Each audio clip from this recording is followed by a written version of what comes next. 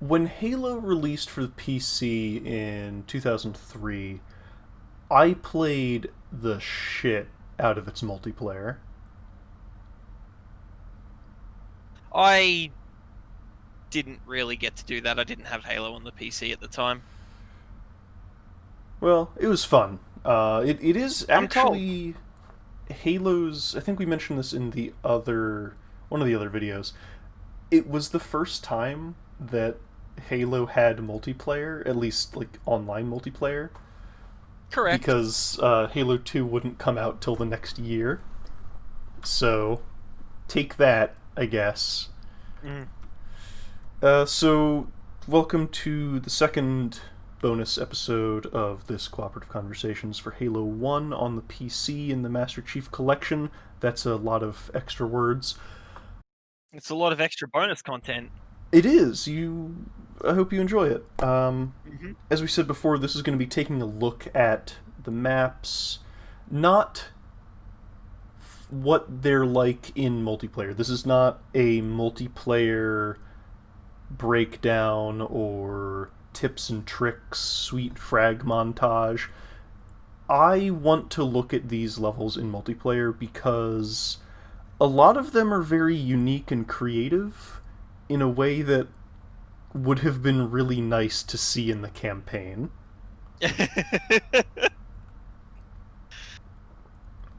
do we have a list of names attributed to maps at all? Credits, perhaps? So, I did try to find this, and unfortunately, the Halo Wiki does not have individual uh, level design credits. I don't know if that Oh, information is known at all. I do have the credits in the manual. Um, okay. and let's see, we have uh level level designer maybe. We have artists, multiplayer. The multiplayer lead programmer was Michael Evans. Multiplayer programmers also include Adrian Perez and Stefan Sinclair. Multiplayer lead designer Hardy LaBelle. Multiplayer artists Chris Carney, David Dunn, Peter Marks, Derek Moore, and Stephen Okasaki. But nothing as far as actual level design. And of course, Halo 1 on the PC did include a handful of extra PC exclusive maps, which we'll get to. We're just going to go through these in order, take a look at Hmm. the location on each one, and make some comments. Unfortunately, since we won't be able to attribute each map to whoever, or individual or groups that might have made them, uh, that's sad. But we're working with the information we have. Yeah. I'm going to kick us right into Battle Creek.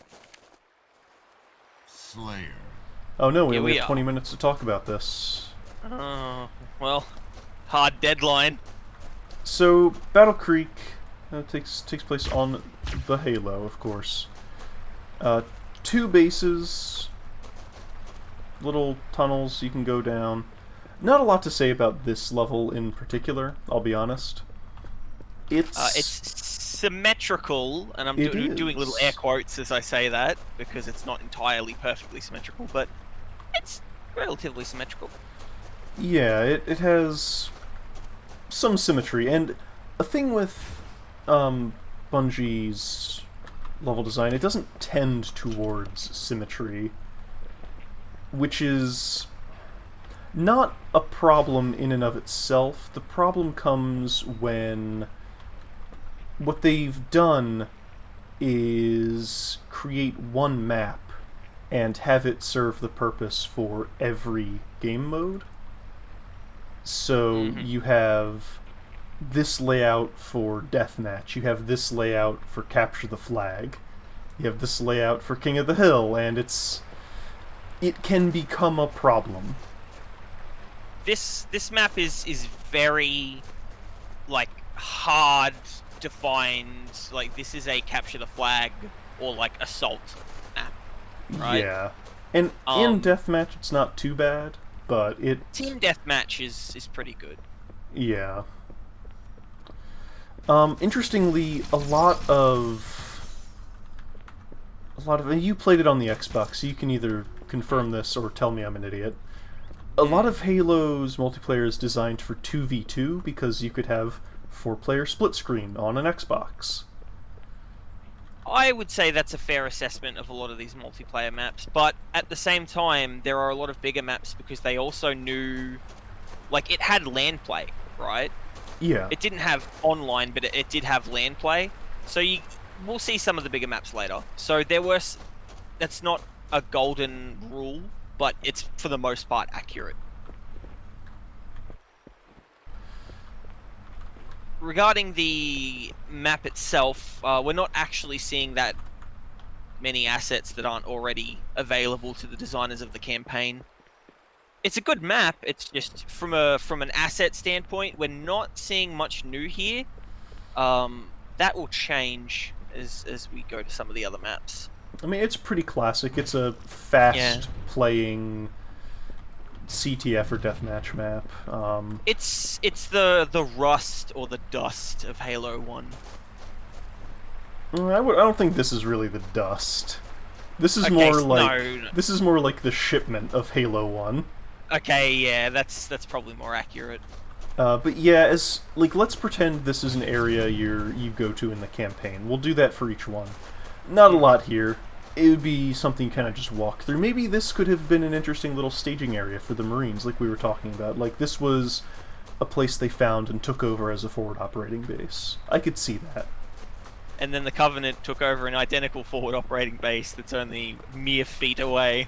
Well, not even that, but, like, let's say you come in from, like, where this river is, and it's like, yes. Okay, go and clear out, these two structures, and then we'll set up shop.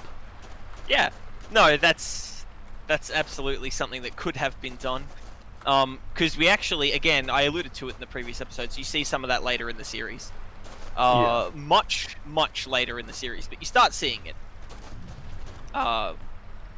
So that's kind of part of why we're bringing it up, but the other part is that, like, yeah, time and effort went into these maps. There is some craft here, and it's kind of baffling considering the later half of the campaign is what it is, Yeah, well, let's hop on over to the next one, and let's do that. We'll talk about that, because that's definitely going to have more interesting stuff going on. So we'll see you over in, I believe it is, Sidewinder. So, Sidewinder. Yeah, Sidewinder. I don't hate this map. I think it's quite good. It can fall a bit apart in larger teams. It kind of devolves into camping and all that. And Halo 1 kind of has a problem with that in general. But it's huge! This map is enormous! I love that about it. Yes, so... coming back to what I said about LAN play was absolutely an intended part of the design. You're seeing it here in that this map, I mean, you could do 2v2s on it. They would be hardly eventful. But you link up a couple of Xboxes and you got yourself a real fun time. And then of course the online play for the custom edition gave this map some real shine. People were quite fond of it. Justifiably so, I'd say. But let me, so people, eagle-eyed viewers, notice I've picked up the flamethrower. Now, of course, the Master Chief Collection is 5 years old at this point, time of recording. PC version is 17 years old. But yeah, the PC version added 2 new weapons to multiplayer. Or, sorry, yeah, 2 new ones. The flamethrower and the fuel rod gun. The fuel rod gun famously available only to grunts and the hunters in the campaign. And the flamethrower was not in the game at all before this. It was intended to be, I believe. But it also added the Banshee. So, as a flyable so now we can vehicle take a good, good bird's eye view of the area. So Sidewinder is a horseshoe-shaped map. You got the 2 bases on really the same side. Separated by this outcropping here and then a little base through it. And interestingly, you don't get this in the Xbox version, but this hole is Banshee-shaped. So there you go. This is definitely somewhere that I think could have really fit in the single player. I mean, it feels like an extension of the Assault on the Control Room. It uses a lot of the same assets, but I would say that it being more open like this would make it far more well suited for vehicle combat than the actual Assault on the Control Room. Absolutely, I can definitely imagine, like, if this had a few more obstacles around, like structures not made for multiplayer play, I could for sure see it as you have to come in from one end and, just make a break for it or fight your way through a Covenant blockade somewhere. So this is a good illustration of like, hey, here are some assets that they could have repurposed smartly, and for whatever reason did not. Yeah. And you could say, oh, but that's kind of silly, expecting them to turn multiplayer maps into campaign areas. But like I've stated before, later games in this series would do that, so it's not as dumb as you think.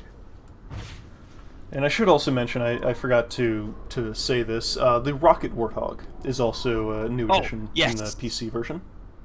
Complete with racing stripe, I believe. It's Oh no. very slow to reload, and the rockets are not the most accurate things in the world, unfortunately. So its usefulness is debatable. It's fun, but it's not entirely smart. But another thing that we really should talk about is the fact that, like, yeah, the vehicles in multiplayer were a big part of why this was so well beloved. Oh, definitely. I'm sure many a viewer as a young, tiny humanling would spend many a weekend whittling away the wee hours playing split screen with their friends, crashing warthogs into each other, and all sorts of other nonsense. Also, I believe the Shade turret is new to PC multiplayer. I can't confirm or deny because my memory isn't good enough. Yeah, most of my experience with the multiplayer, I played a lot of it, like I said, but most of what I did play was on 24/7 TDM Death Island maps and servers. Oh my god, that map is so good. And the most Halo multiplayer I played on the consoles were split-screen games of 2. Yeah. So, I never really played the online for Halo 2, and a lot of people are going to be like, what? Are you insane? How could you? And it's like, it just wasn't an option available to me, so I never really got around to it. On the contrary, I never played any Halo 2 online, and the release of it in the Master Chief Collection on PC has been my first exposure. I don't know if we'll really do a multiplayer look at for that one. We'll talk about it. Some of the maps would be worth looking at, or at least, putting a cut in somewhere. Yeah. I imagine we'll have a lot of the same things to talk about with it, as far as, like, oh yeah, this area if it were a campaign location. But let's see, this area if it were a campaign location, like we said, easy replacement for 2 Betrayals, I'd say. Like, if we... there's that... what looks like a wall of ice in... you mentioned this when we were playing it before this, Skel. If that wall of ice had melted and opened up to a new area, I could have seen it be something like this. Just a little bit of asset stitching, and you got yourself a fun time. You got you've even got some Forerunner structures, caves, tunnels that sort of run through them. Yeah. I think fighting the Flood in vehicles in a big open area like this certainly would have been better than having to slog through Control Room in reverse while Flood constantly accosts you. And, like, sure, this area isn't too terribly big, but again, throw some more structures in the middle instead of having these side caves for multiplayer. You have yourself a good little gauntlet to run through. So I guess that's really it for this one. We don't want to spend too terribly long. No. So we will see you in the next map, which I don't remember what it is. Oh, damnation. Wait a second. That sounds familiar. Perhaps the most damning evidence that says We could have had interesting Covenant-themed maps, but instead we didn't. Look at this! Every single room is so much more interesting than what we get in the campaign. From the map description, this is a Covenant, like, refueling cooling station in like an asteroid, and it's just, look at this. These waterfalls, pit, cool things. You see more of the Covenant stuff. And it's just, what a thing to not put in your main game. You got these teleporter window thingies here that you can run through. You got verticality that you got to account for. And sure, it looks as bare bones as anything else in the Covenant maps, but really, it's so much more interesting than just some more fucking hallways. It's even like there's a few areas that actually look really good too. So you got this corner room over by me. Where are you? I'm invisible. Be warned. Oh, there you Hello. are. Up here. I've got the fuel rod gun, by the way. It does this. Oh yeah. Same as it does in later games. Yeah, it's battery powered in Yes. Halo There's no 1. reloading. No reloading. So look at this. It does overheat. Yeah, this is nice. Look at this. Yeah. Yep. A nice little open air view. Famously, this would be remade for Halo Reach, but Yes.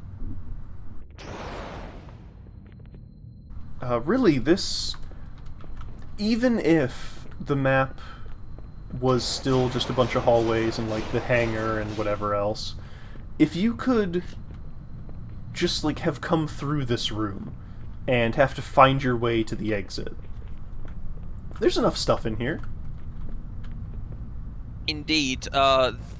You could even get away with mirroring the map, stacking it next to itself, and then calling it the interior of a ship. Oh yeah. Like, there's,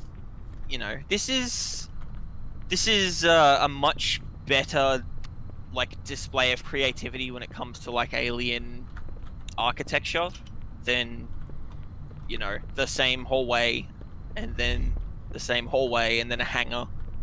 Ooh. Alright, let's go take a look at the next level. Ooh, I'm excited. And see you then. Rat race. It's Rat Race. Yeah. Nothing really to say about this. I played it off and on. It's a perfectly good TDM map. Mm-hmm. If this were in the campaign, this would be a really cool little romp through Forerunner base. But it's not, so it's relegated to just being an okay TDM map.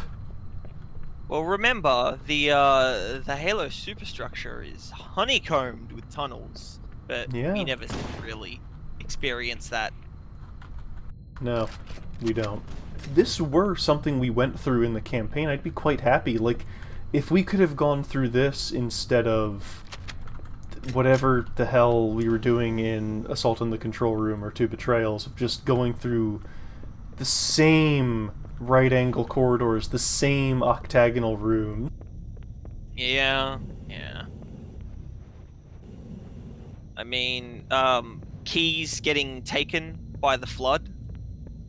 He could have been dragged into the superstructure of the ring instead of onto an alien ship for some reason. Yeah, not sure why they took him to a Covenant vessel. I know Cortana said that they were attempting to repair it, but well, the real answer was they needed to reuse the map, but that's what we're getting at. They could have used something like this, maybe added a few extra tunnels and been like, hey, they dragged him into the various caverns that honeycomb the ring.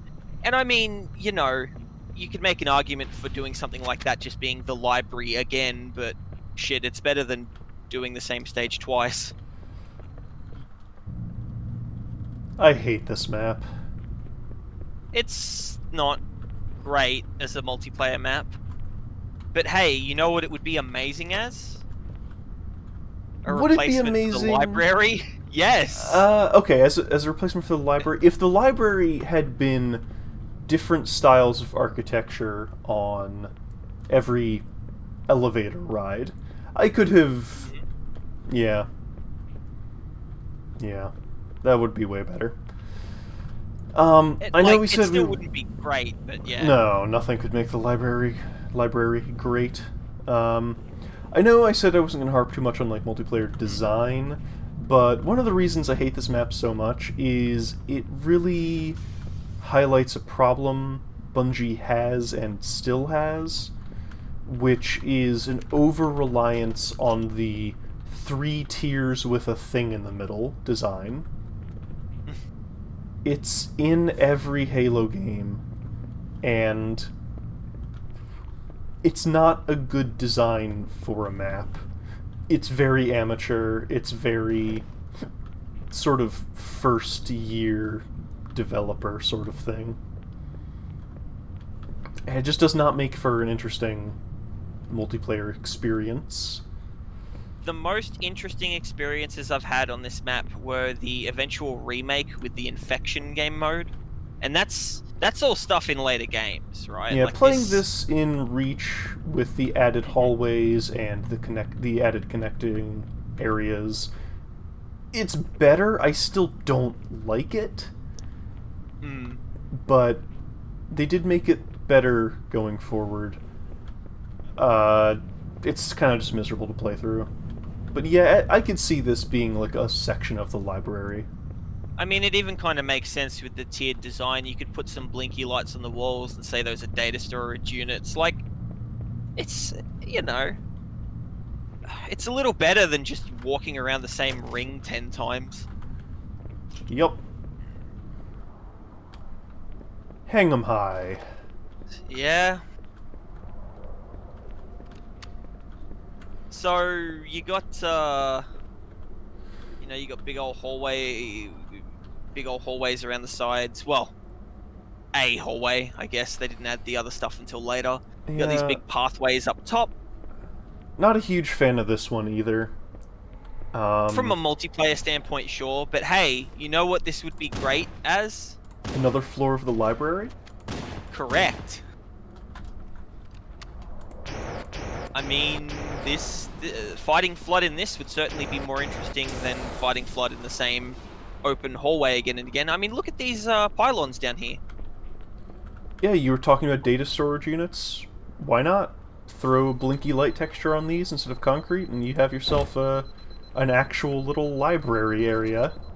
And even from a gameplay standpoint, this would actually make for some fun Flood fighting, because all the hit scanners would have a tough time getting a line of sight on you until they're right in front of you. So you get that cool surprise ambush kind of feel, and also you're not getting whammied by Flood with assault rifles and stuff from a mile away.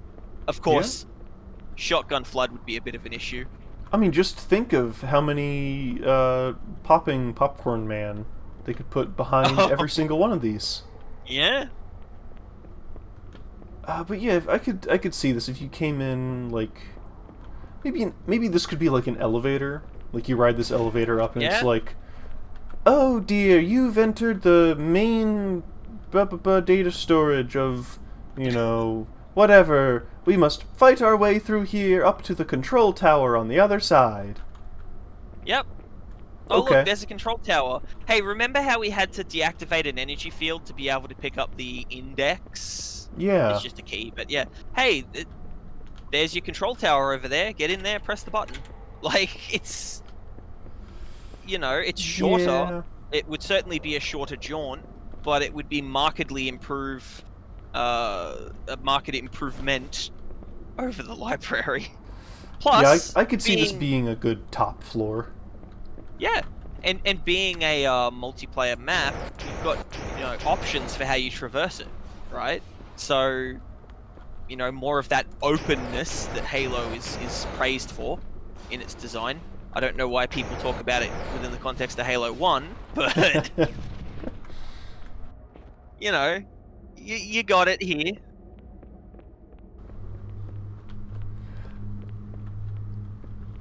Another Covenant-themed area, and honestly, if you combined this with Damnation, you'd have a pretty damn good little Covenant base to go through. This is a cool map. It's jokes. Mm-hmm. It's a nifty little place. You have some teleporter shenanigans. Hello. Hey. You have smaller rooms. This is also kind of showing an amateurish flag of multiplayer level design, which is individual rooms connected by hallways. But it plays well enough. But again, as a location, this could be something very interesting.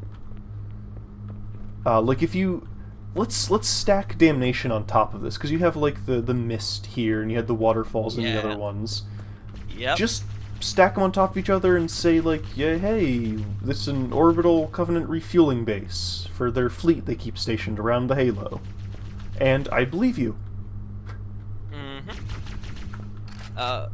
Having to, like, if we have to commit to rescuing keys from some sort of Covenant thing that's being repaired, using this would be a lot better than reusing the exact same map again.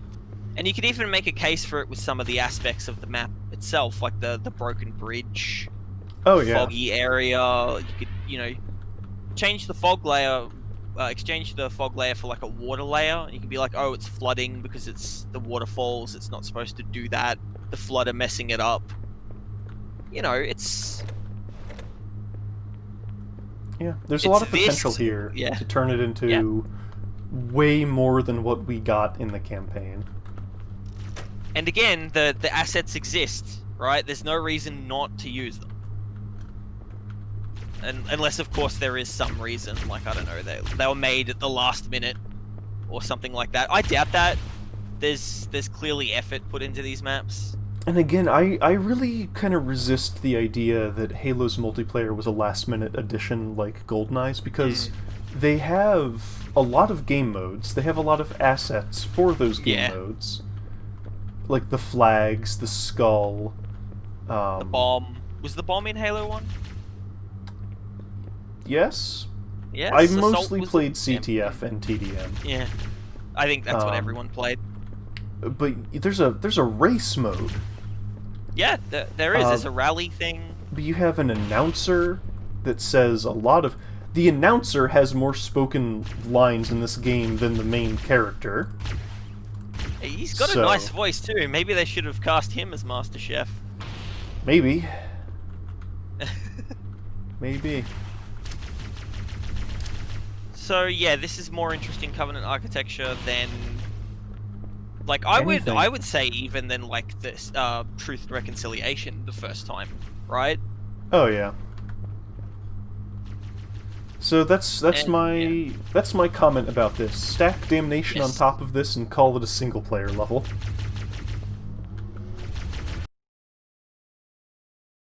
So this is called Derelict.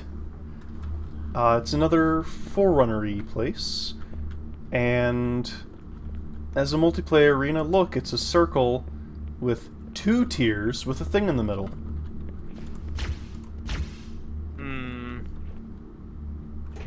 Pretty bog standard as far as multiplayer maps go. But hey, you obviously got these big old windows open to space, so not on the Halo. Yeah. But that's literally just a texture change away from, hey, here's the bottom level of the library. Here's the bottom level of the library. Here's a different room in Assault on the Control Room, rather than the same one again. Like, that's actually a really good one too, yeah. This is pretty small. There's not a lot to it. But if we went through one of those hallways, like we went across the bridge, and we came into this room, okay, it's something different, right? Yeah, it's it. Populate this with some grunts, some elites, and it'd be a pretty respectable combat arena. Yeah, or even instead of having to fight the two hunters in the cramped version of this, put them in here. Shake Yeah? it up. Let us fight 3 hunters. Ooh, Go crazy. Put in 4. I'll fight 4 hunters in this room. sure. I will fight 4 hunters in this room before I'll fight 2 in a phone booth again. Yep. This is design-wise. This is very much just a deathmatch level. It's Unreal Tournament has a lot of maps like this, a handful in its, the original UT99 days. Again, kind of an amateurish thing, but not without its merits, but Bungie sure has a lot of them, is the problem. So, yeah, circular arenas like this, they can work when done well. And I won't speak to whether this is done well or not. But, yeah, the problem isn't necessarily that they made a map like this. The problem is that they made, 10 maps like this. And would keep making them. Boarding action. Hell of a map. This is, okay, so, first things first, I know it's not balanced. Second thing second, this is my favorite map from Halo 1. I love this map. I love this map so much. Boarding action doesn't really have anything I could say you could put into the campaign, really. Oh, no, not at all.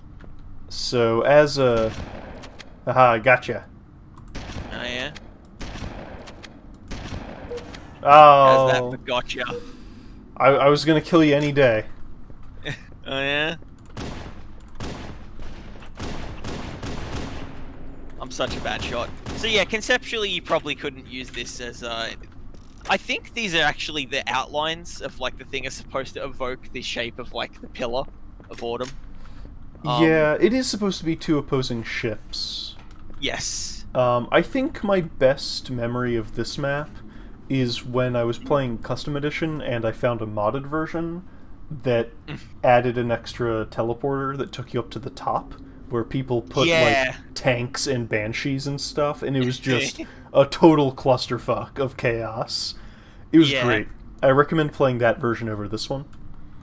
This map is good, clean, chaotic fun. It is so not balanced.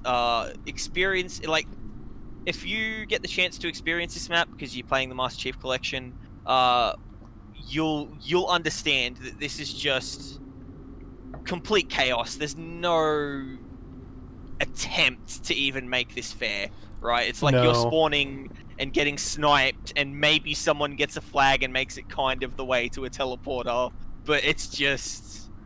It's a cool concept. Yeah. It doesn't work. No.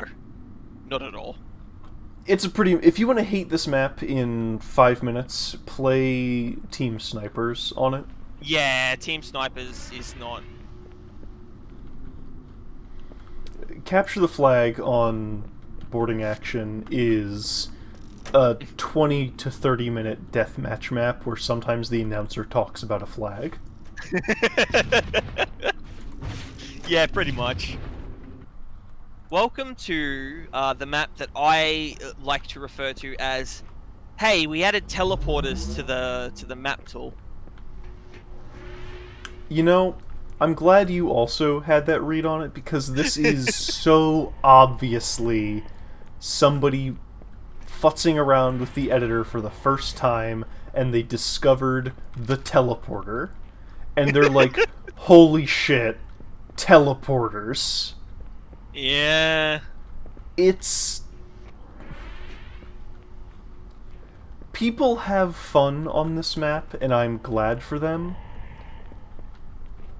I find it unbelievably frustrating. Yes, I would agree with you there.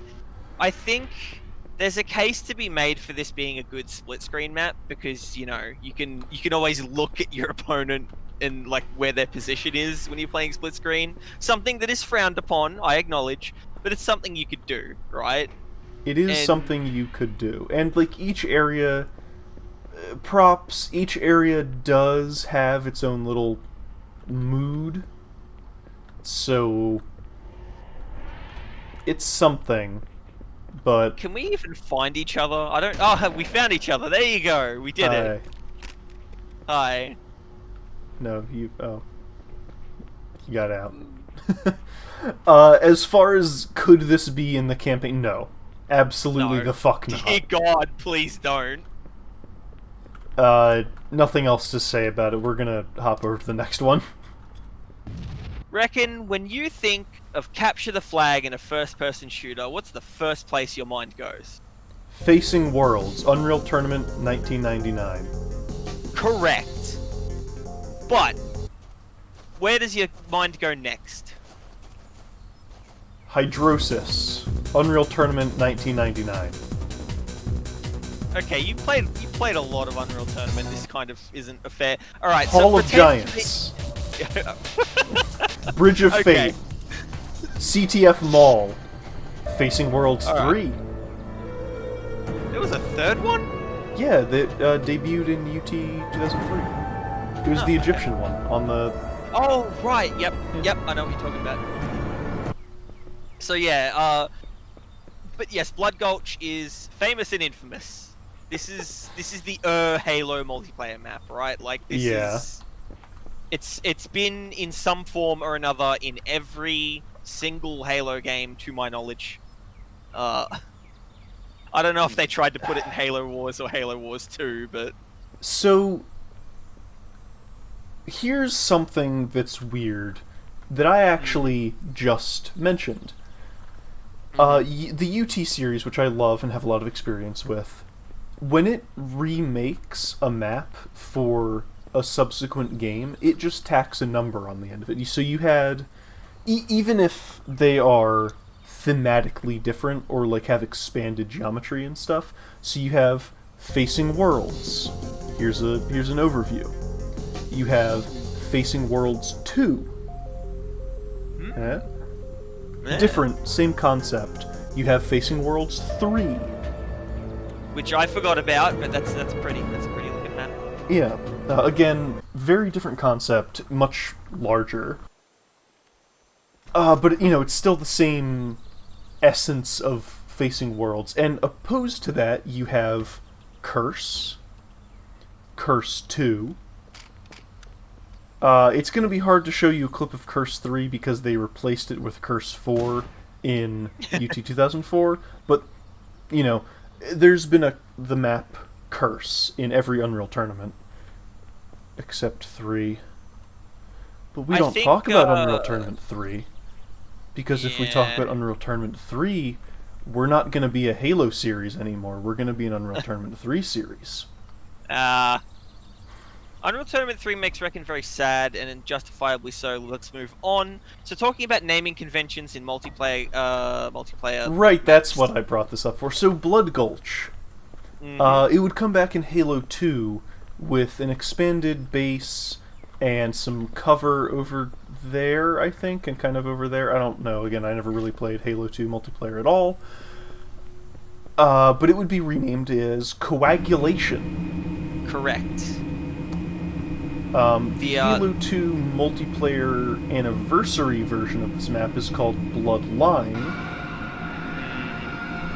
But then in Halo 3, they would drop it. And it would be spiritually remade as Valhalla. And then you had that in Reach as well. Right? Did you? Valhalla, I don't remember, but I know that Blood Gulch... I can't remember what it was called in Reach, I'm sure you do, but they had the Forge World map, right? Yes, no, you're very right. Yeah. I don't believe... Maybe... I don't know. We'll take... I'm going to put a notation up on screen. Yeah. I'm pretty sure you're thinking of Valhalla because people remade it in the Forge World based on like the actual same area that ended up being the Blood Gulch remake in Maybe the Forge World variant the thing. point is, Mm. it was replaced with Valhalla in 3. Mm-hmm. Valhalla was remade as Ragnarok in 4, and Blood Gulch itself, iconic for a variety of reasons, 17 seasons worth of it, is kind of not something that Halo has anymore, which is weird. It is weird. Because it's a biome we don't see in the campaign. We're in like a desert canyon. And sure, we had the desert in Truth and Reconciliation, but you don't get this. You don't get like this New Mexico style, like Red vibrant Earth. orange. Yeah. You don't. And again, I don't really know what this could have been in the campaign. It's a little too open to have been like we were talking about with Battle Creek of, secure these areas for the resistance, for the human whatever.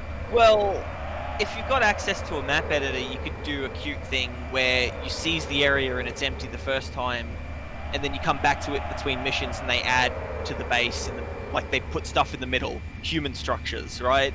You can do crap like that. That could be a cool use of, revisiting a map rather than just going through it backwards.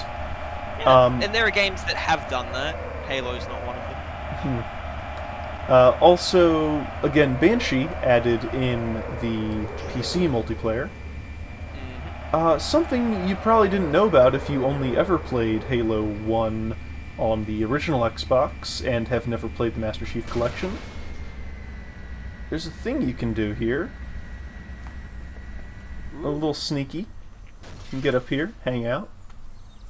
Pretty cool. You can see where that texture's not finished, but that's fine. Blood Gulch. Yeah, it's a fun place. Playing it, of course, again, I said I played a lot more Death Island than I did Blood Gulch, but Blood Gulch is a good fun time. So we're on Wizard now, and it's another two-tiered area with a thing in the middle. Thing in this case is a flamethrower in like this weird thing. Of course, the flamethrower wouldn't be in the original Xbox release, so yeah. I don't know. I think it was like a sniper rifle or a rocket launcher or something. Again, this is a very amateurish map. A little more complex than Derelict, but of the same cloth, right? But hey, remember when we talked about stitching together multiplayer rooms, tiling them, right? To make a more interesting map than the library? So, take Derelict, and instead of windows to space on all the sides, stick one of these on each end. Sure, why not? Holy crap, look at this. We got a level, right? It doesn't even really have to, like, have you go anywhere. Stick an elevator somewhere here and have Guilty Spark be like, you must hold out until I can repair this elevator. You already have to wait for him to repair the door 7 times. Yeah, I mean, wait for elevator and wait for door as 2 separate things at least breaks it up, right? Like, yeah. We're dumping a lot on the library. We dumped a lot on the library. It deserves to be dumped on. It absolutely deserves to be dumped on. There's nothing redeeming about the library. I will not apologize for shitting on the library.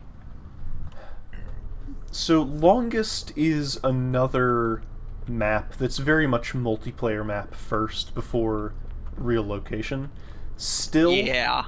If this was put together with our theoretical putting, what was the map? Chill Out on top of Damnation. It just, like, have this be a hallway shooting off from one of them. It would be way more interesting. This is even a more interesting hallway than the ones we got in Assault on the Control Room and 2 Betrayals. Yeah, I guess it is Forerunner. I don't know why I thought this was Covenant. I think there was a Covenant-styled version of this map in later games. Maybe. Hey, you know what this does remind me of, though? What's that? This is kind of like a certain Unreal map. Are you talking about CTF Joust? I'm talking about CTF Joust. Now, dear viewer, if you've never played Unreal Tournament 2004, you don't know what Instagib CTF Joust looks like. Well, they will now because I've been playing a clip of it ever since you affirmed my guess. Yep. So this is Instagib CTF Joust. This is where the men are separated from the boys. Yeah, because the men know better than to do this. CTF Joust is Unreal Tournament 2004's, dare I say, meaniest level. Yeah, absolutely. And it's even less complex than this.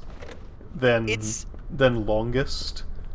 It's the map you make because either you want people to suffer or you have an amazing sense of humor. Yeah, CTF Joust it's very silly. Mm-hmm. There's no reason to play it seriously. No, absolutely not. And this map, it's got a little more going on, but it's even with the extra like avenue and the verticality. I would say that this is also very much a like you're playing this because you're on the couch with your friends. You play the CTF. You're trying to shove the controller out of each other's hands. It's sure. This is a good times map. Yeah. But as a hallway, this is a perfectly respectable connecting hallway. You could just jam into any of the existing maps on the Halo in the campaign. Absolutely. And, but they didn't because they ran out of time, I guess. I don't know. Shrug.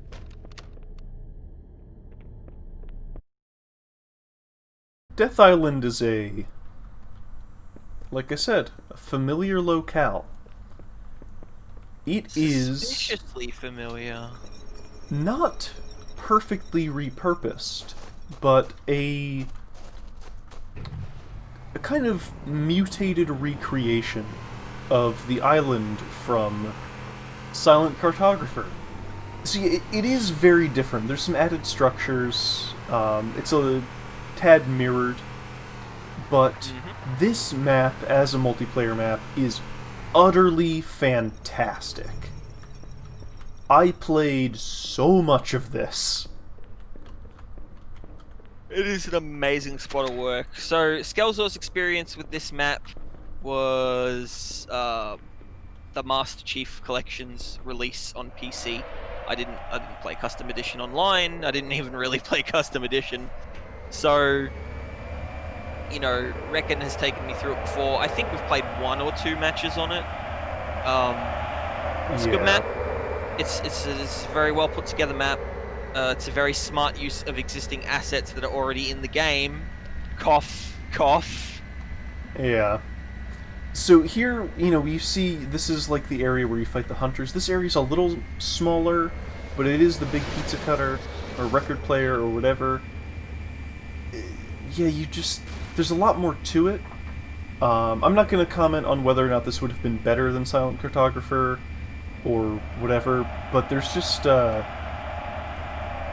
lot more done to it. See, here's the blasted out cliff. Here's some water that's not aligned properly. It's a very good redux of this area made for multiplayer, and it's a hell of a lot of fun. It's very open. You have a lot of ground attacks going on, trying to control these banshee spawns. You have the banshees flying around. They can go off to the edge of the map. They can do this and that. They can fire everywhere. It's also a very smart use of layering in a multiplayer map design. Yeah. So there's only really 2 levels to this map. There's the ground, and then there's the cliff above it. But you've got the banshee spawns at the top. You've got all these rocks and tree cover, so you've got your battle going on up here, right? And then all around on the lower tier, you've got just tons of tank and warthog spawns, ghost spawns, lots of open ground. So you got people just tearing each other apart around the beach, right? And it's a perfect sort of like, if you're winning one battle, you can help out with another battle, but you're always sort of having to be mindful of it's cool, Yeah, this right? is absolutely a level to play 8v8. And Because what happens is you have the Banshees up here, and people are fighting for control over them, and it's very important to do so. But then you have people who are like, well, screw that, I'm not going to fight up there with all the madmen. I'll take a tank and head around the outskirts of the island. But then, you have people on the top who are like, oh shit, there's a tank down there.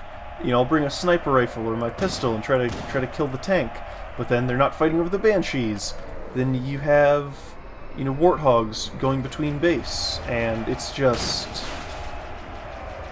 excellent. It really is.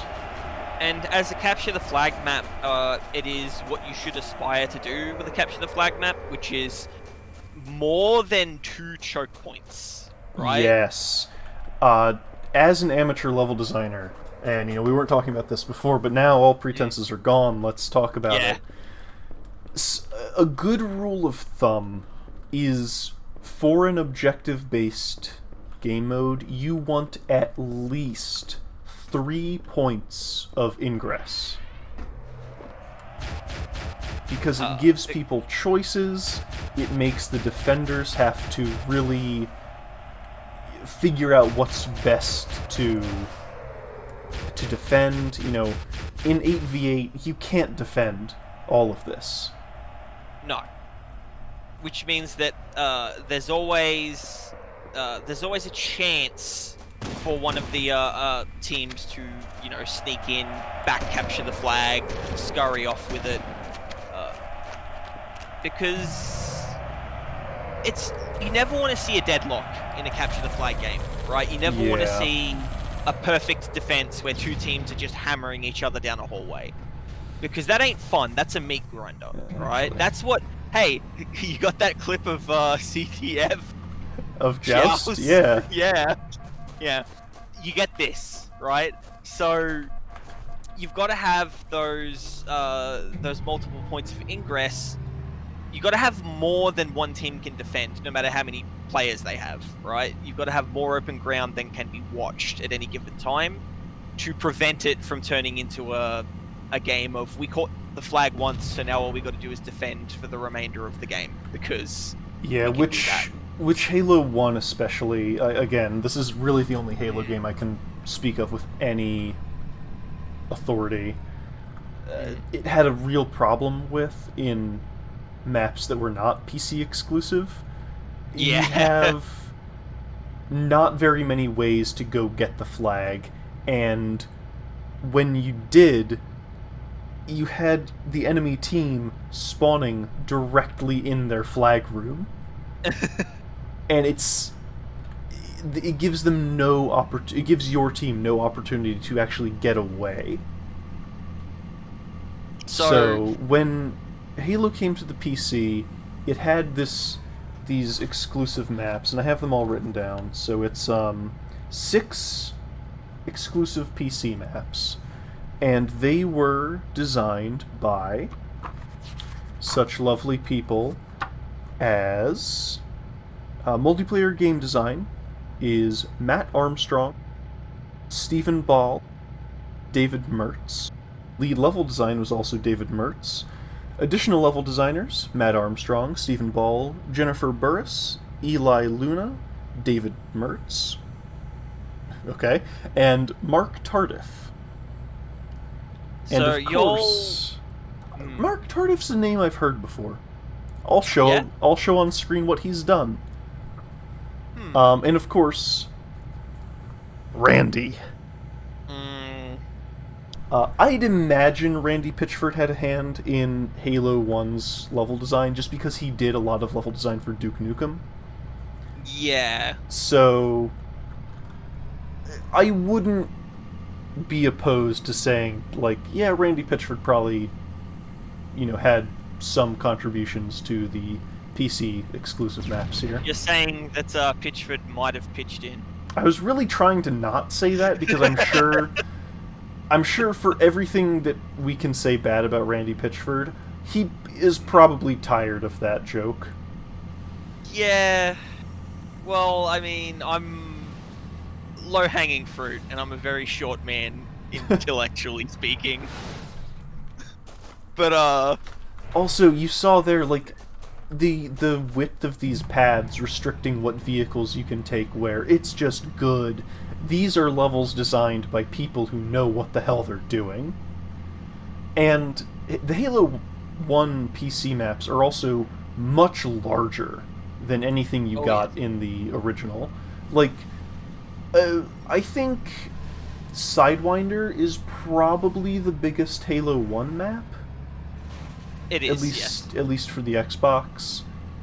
And even then, it's not terribly big. Like, you can totally get a tank up here, but it takes some patience and some... You can't just blitz it. So, my memory isn't perfect. The original Xbox was a while ago for me. I'm an old man, how sad. I'm pretty sure 4-player Sidewinder on the original Xbox ran fine, right? Like, I'm pretty sure. I don't remember it ever chugging, but yeah, that was the biggest map you ever saw in the multiplayer. That was the one that was played a lot at LAN setups, at least for my part. Yeah, Death Island is just so obviously bigger than anything else in Halo. And Halo's multiplayer maps would get very small as time went by, and it's kind of disappointing you don't get anything like this anymore. But we've been here over 10 minutes, so let's head on to the next one. Danger Canyon's an interesting one. It's definitely interesting. Sounds like a fun holiday destination. Danger Canyon also kind of illustrates why we were talking about having at least 3 points of ingress in your objective-based maps. Because this only has 2. You have a big open vehicle-accessible area and a very narrow footpath. And it becomes way too easy to not only defend these points on your own, because they both lead directly to the flag base, but also camp your opponents. So... here we go. Let Reckon recreate the Danger Canyon experience. Okay, I'm coming out to get to the enemy flag. I'm gonna sneak around their vehicles and... Oh no! I'm already being assailed! Stick 3 people in here and 3 people on the base and no one's doing anything. It's, this map is... If it doesn't devolve into a horrible gridlock of everybody just doing that, it can be pretty fun. You have some interesting terrain in the center here. You have, like, points up here to defend, shoot downward. It can be pretty fun. It usually isn't. It's one of those maps where, funnily enough, the more people you have on it, the worse it is. Yeah. Which is sad because it's quite a large map, so the intent is probably to have a bunch of people playing it, but unfortunately, ooh, that was a pretty rad flip I just performed. Good spin. Oh, also should note, in Halo 1, enemy players can't get in the same vehicle. Nope. And in fact, the moving of the Warthog killed me with yeah, the tiny little wiggle. Yeah. That's good. But yeah, there's intent that is not executed upon particularly well here. But hey, it's Halo 1. It doesn't have to be Yeah. And I know it's kind of useless to talk about this as if it were a campaign location because, you know, it came out 2 years after the game was already done, which is why we didn't talk about that with Death Island. But and that Death Island kind of already was a campaign location. Yeah. This could have been a really cool one. This could have been something cool to see in, like, Halo 2. Yeah. But Unfortunately, other than one specific case that we'll get to, it seems like a lot of the Halo PC maps kind of got ignored by the series going forward. Almost like Bungie didn't like that they'd been kind of shown up. Well, Like, let's not accuse them of anything just yet. But yeah, it's but certainly... maps would get really small. Like, sure, Halo 2 was pushing the original Xbox to its limit, and with its assets and whatnot, yeah, vehicle maps probably didn't ever have a chance of being quite so large again. But even like Halo 3 and 4, way to go. You didn't see things like this, and it's a shame. It is a shame. This is Infinity, and it's kind of like a better version of Danger Canyon, to be honest. So It's right away we can see that it's using this same little laser tower as the campaign. It's a little further embellished, however. There's some extra geometry on it that'll let you climb it. And if you do... It's a pretty tall little tower, though. If you do, you get a sniper rifle and a Banshee. Exciting. Yeah. So yeah, a running theme with these PC exclusive maps is big, utilizing assets that were pre-existing in new and novel ways, and really trying to showcase those extra additions, like the Banshee and the new weapons. Yeah. But immediately, there's something really important about the design of this map, and that is, oh hey, look at this, it loops around. I can go back to the base I was just at a different way. But then there's also the central route. So obviously you've got a hotspot back out at the center there, but it's not a full-blown choke point. You could definitely sneak by a fight. Definitely. Which means assailing the enemy objective is not a Sisyphean nightmare. No. And I mean, there are also more ways out. So there are more ways out and in. You have these two teleporters on either side that lead right there. You can come from here, go up one of these ladders, and be on the next one. This map is just pretty good. It's very big. Don't play it with any less than like 8 people aside. But this is definitely one that gets better the more people you have on it, as opposed to Danger Canyon. Mm-hmm. And yeah, it's cool. I like it.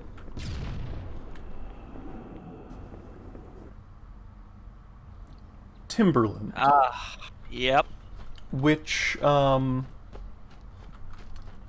did see a remake, sort of, as Ridgeline in Reach. A little expanded, actually. This is kind of small compared to the other PC exclusive maps. And honestly, it kind of feels like it would have fit perfectly on the original Xbox. It certainly looks the part. Probably plays the part. I mean, it's pretty to look at. Yeah, considering it's nice. The visuals. It serves a lot of the same purpose as Blood Gulch, without some of the problems Blood Gulch has. Mm-hmm. The only place you can really snipe into the other base is from the only place you can see from that other base. So it becomes very risky. It's got this interesting, like, very steep hills everywhere. So they create, they obscure movement and travel until you crest them. Yeah. So you get these sporadic opportunities to try and blast people. You got the water course in the middle, mostly just as a visual treat. It doesn't really affect much. It doesn't do anything, sure. but it's something to break out, to just break the otherwise monotony, I guess. Mm. It's It's a good map for the most part. Good for CTF. That's haha. you flip the tank. Oh lord, Halo 1 vehicle physics. they're great. The Halo vehicle physics are always a high point for their goofiness. You're gonna see some fun stuff with tanks as the series continues. Here we are. Ice fields. This one's not bad, but it can get bad. This is another good example of needing additional avenues of approach between objectives. Yeah. You do have the two routes that split from the front of the bases, and a teleporter in the back that leads outward towards the middle. But it's just... it's a little too easy to park a tank here. And park a tank is what people love to do, which creates some issues. And then, of course, if it's not a tank, it's someone up here with a rocket launcher, a sniper rifle, a fuel rod gun, right, and some excellent aim. Yeah, this is actually one of the few maps where the rocket hog can be pretty useful. Yeah. Ultimately, I think maybe having the Scorpion on this map is a bad idea. Yeah. And if you just take it out, if you set the Scorpion spawn to 0, you'll probably have a better time on this map. But visually, you know, it's snowy, it looks good. Could have been another cool area in Assault on the Control Room, again, if it had been made before 2 years after the game came out. It's fun. It's got a good central hot zone of that bridge, and then you have this area down here with plenty of cover for foot combat. The ice have the... oh, the ice does have the slidey physics. Yeah. And that's another thing, because it makes trying to break through with a Warthog more difficult and more dangerous because of those slidey physics. So, you know, you can take a Ghost over, but you can only get one person there, so making a run for the flag is... you don't get to use it going back. Basically, if you want to cross the ice, you have to be committed, and committing in a Warthog on this map is basically driving into the face of a waiting Scorpion. Yeah. Not ideal. I mean, it uses, these look a little bit like a, kind of an expanded version of the base from Blood Gulch. It's a little more open, it has the 2 levels. It's pretty neat. It's pretty fun. And of course your teleporters go back to the middle. Ladders, more ladders. Always ladders. We'll bid ladders farewell when we finally bid farewell to Halo 1. Not quite. Not quite. But not a lot to say about ice fields. It can be very fun to play or incredibly miserable and traumatizing. And like I said, if you do want to play it with a big group, I'd say make a custom game mode of it and just remove the Scorpions. Mm-hmm. They don't add enough to make up for what they cause. So we'll see you in the final Halo 1 multiplayer map, which is something Bungie would take going forward. Ooh, saved something interesting for last, huh? Oh, I've just been going in the order they're presented, so... well, there you go. Let's get rolling. Gephyrophobia is the anxiety disorder or specific phobia characterized by the fear of bridges. Gephyrophobia seems familiar. Is a Halo 1 PC exclusive map that's a giant bridge that would in fact create the precedent for having Halo multiplayer maps that take place on a bridge. So every other Halo game that has one of these owes it to someone from Gearbox saying, hey, you know what? Goodbye. Big old bridge, yeah. Yeah, so I don't know the names of the bridge maps offhand, but yeah, every Halo going forward pretty much has a bridge map. From a level design, putting together the thing standpoint, bridge maps are a pretty easy way to create symmetry, contain your players, and give you a good general idea of what you're going to do. Yeah. Gephyrophobia is, Which like, is, enormous, though. This is not a bridge. This isn't the same bridge as in Halo 3 or whatever. Oh, no. Like, you're driving warthogs around. There's an entire underbelly to this area that we'll see. This map's really fun. I played a lot of this map as well. It's certainly a very interesting use of, like, the Forerunner palette, the restricting the player while also providing them with a large space with which to, play, goof around, that sort of thing. You got these, you go into the bases, there are teleporters that put you up on these side cliff areas. You got sniper rifles, you got banshees, so, you're trying to control these high ground areas so that you can control the bridge. But then you've got this lovely little lower section in the middle, which allows you to say that the enemy teams have managed to dominate both sides of the high ground. You can still sort of scoot by undetected relatively, just by taking the low route. Yeah, and from the sniper points it adds in, you cannot see that, so you are pretty safe in there. Which makes for good, symmetrical, objective-based map design. Yeah, Gephyrophobia is a very strong map. Yep. Bravo to the team at Gearbox for, their work on this map. Bravo to Bungie for creating a, gameplay framework that could facilitate a map like this and have it be, a fun romp with, like, vehicles, flags, deathmatching, that sort of thing. All around, a good job. This more or less brings us to the end of this. I think Gephyrophobia kind of speaks for itself here. Would have been a fantastic area in the main campaign, just going across this giant bridge, like, with a vehicle. Would have been really cool. That sounds a little familiar. Well, we'll see if we get anything like that in Halo 2. So, definitely do join us next week for Halo 2 as we start that.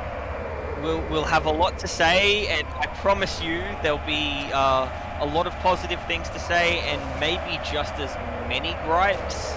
But on the whole, I think I'm safe in saying that me and Reckon both quite like Halo 2, so it definitely won't have the same tone that this series, this leg of the series has had. No, and there'll be a lot to talk about with the additional influences that Halo 2 starts pulling from. So a real big thank you for sticking with us this far. Absolutely. I hope that you have, learned some new things or, thought about some things in a different way. I think it was Muhammad Ali who said that a man who sees the world the same way at 50 as he did at 40 has wasted 10 years of his life or something like that. Yeah. So, I hope we've shone some new light somewhere on this series for you and maybe had you look at video games a little more critically or, just differently. Yeah, Halo 1 is not the flawless masterpiece people want to remember it as, and I'm glad that even Bungie didn't get caught up in that, because Halo 2 is a vastly superior product. And if if they agreed with everybody saying it was a masterpiece, we never would have gotten anything better. No. So yeah, this has been Skelzor and Myself, Reckon, or Gareth, whichever you prefer. This has been Cooperative Conversations. We have conversated cooperatively long enough, I feel, for this this leg of the series. Yeah, we really have. It's been a long bonus episode. So we'll see you next week for the beginning of Halo 2. I can't wait. I'm excited. Yeah. All right. We'll see you then. Thank you Yep. again very much. And have a good one.